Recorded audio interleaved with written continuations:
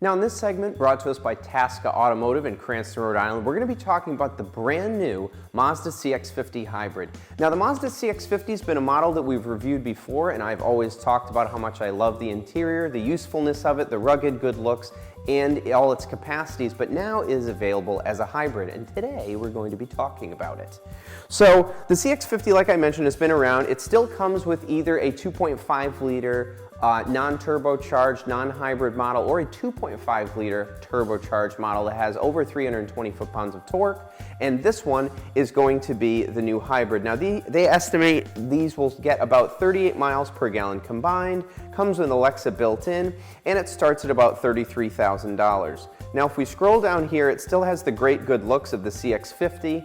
And now with the hybrid powertrain, it's a 2.5 liter naturally aspirated 4-cylinder. It has 3 electric motors, a hybrid EV battery pack, an eCVT, and all-wheel drive that has been engineered to deliver all kinds of zoom that you've always gotten from your Mazda products. Now if we look down here, the eCVT is an electronically controlled, continuously variable transmission, which really helps with the fuel mileage and aids in the hybrid's ability to get you that mileage. And as we go down here, it has this, of course, uniquely electronic all-wheel drive system that uses the hybrid electric motors front and rear to give you real-time traction control and power to the rear wheels and front wheels when traction is diminished, and it continues to provide a lot of confident driving feel. Now we live here in New England, and having that added benefit of the all-wheel drive is fantastic, and having the efficiency of a hybrid is even better.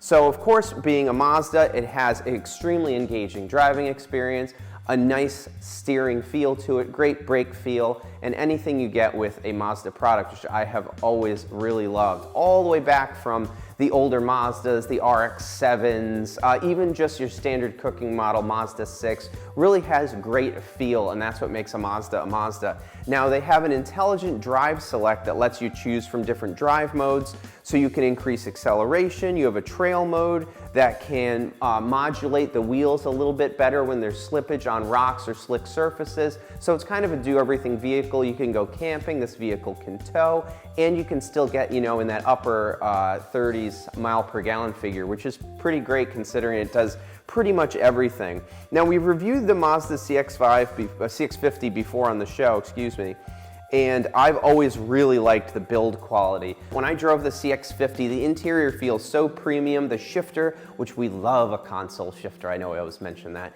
It has actual buttons. We have our screen up here. The display is super easy to read. Everything is right where you think it's going to be. It has an actual volume button, which we love. Apple CarPlay, panoramic moonroof, everything you expect from a luxury vehicle, and I just really like the way it drives. The pedal feel is right, it's not too light, it's not too heavy, it's just an easy vehicle to place on the road, especially for SUVs, you know. It has a great driving dynamic of something that's much smaller, much sportier, much lower to the road, but it gives you that added confidence of ground clearance, especially when there's even just potholes or just a slushy or cruddy day with weather. It's always nice to have that all-wheel drive and a little extra ground clearance depending on what you have coming at you. Like I mentioned, I really like the premium interior. It has so much cargo space that we demonstrated last when we looked at it. It's got a rear power lift gate that is available, and this is a great vehicle. Like if you go kayaking, canoeing, camping, you just have kids, you want to put the dog in the back, it's got plenty of room, and now with the hybrid it really gets that great mileage. So it has, for 2025, it has some unique colors, some unique wheels, and as we go down here you can see it has plenty of interior room and a really stylish exterior. I like these over fenders here to give it this off-road look. And I think Mazda, ever since they reintroduced the new styling in about 2016, 2017, has really been killing it with the grills and front and rear taillights. I've always really liked the Mazda design language. Even this really neatly designed mirror, they didn't just stick it on there. It's obviously designed to help airflow around the car so you can get that better mileage.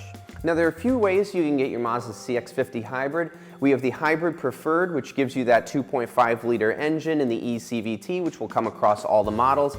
Now that has over 200 horsepower, and that can get you to 0 to 60 in the kind of the 7-second range, which is plenty for this. And to give you a reference, Fiesta ST, the Ford Fiesta ST that I love so very much, does 0 to 60 in 7.1 seconds. So even with the hybrid powertrain, it is plenty powerful. When you move up to the hybrid premium, that gets you your power glass sliding panoramic moonroof that we mentioned, leather trim seats, and those black roof rails and exhaust outlets. And if you really want to upgrade it, we go up to the Hybrid Premium Plus. That gives you the upgraded 19-inch wheels, the active driving display, and ventilated front seats. So there's kind of a model for everybody depending on what you want to do with your CX-50 Hybrid. Now, just like with all the other Mazda models, this comes with a myriad of blind spot monitoring and safety monitors, but there's a couple I would like to highlight. So obviously it comes with blind spot monitoring, which is pretty standard, especially when changing lanes. It saved me a few times, which has always been great. The lane departure warning, if you happen to be fiddling, changing the stereo station or what have you, or you might just be daydreaming. The lane departure warning is super useful. It's not really super intrusive, and it doesn't bug me when I drive the car, but it's a very nice, safe feature. Rear cross traffic alert, I've talked about this a bazillion times on the show. It's just super useful. You're in a parking space, two big vehicles on either side of you, and you're backing up in a parking lot, and you can't see either way. It will detect and let you know if somebody's coming behind you, especially people flying through parking lots and things. That is always a great feature to have. I really do like these. I think they give you a lot of value for money, and now with the hybrid, they really get the great mileage as well. And if you're not ready for that hybrid, it still comes in the 2.5 liter S and 2.5 liter turbo. So there's the CX-50 for everybody. I think these are a great size vehicle. They handle well. To me, they're almost like a small Porsche Macan when it comes to driving dynamics. So if you're cross-shopping it with something else, make sure to get in it, drive it, get behind the wheel, and check it out at Tasca Automotive in Cranston, right over there on Pontiac Ave.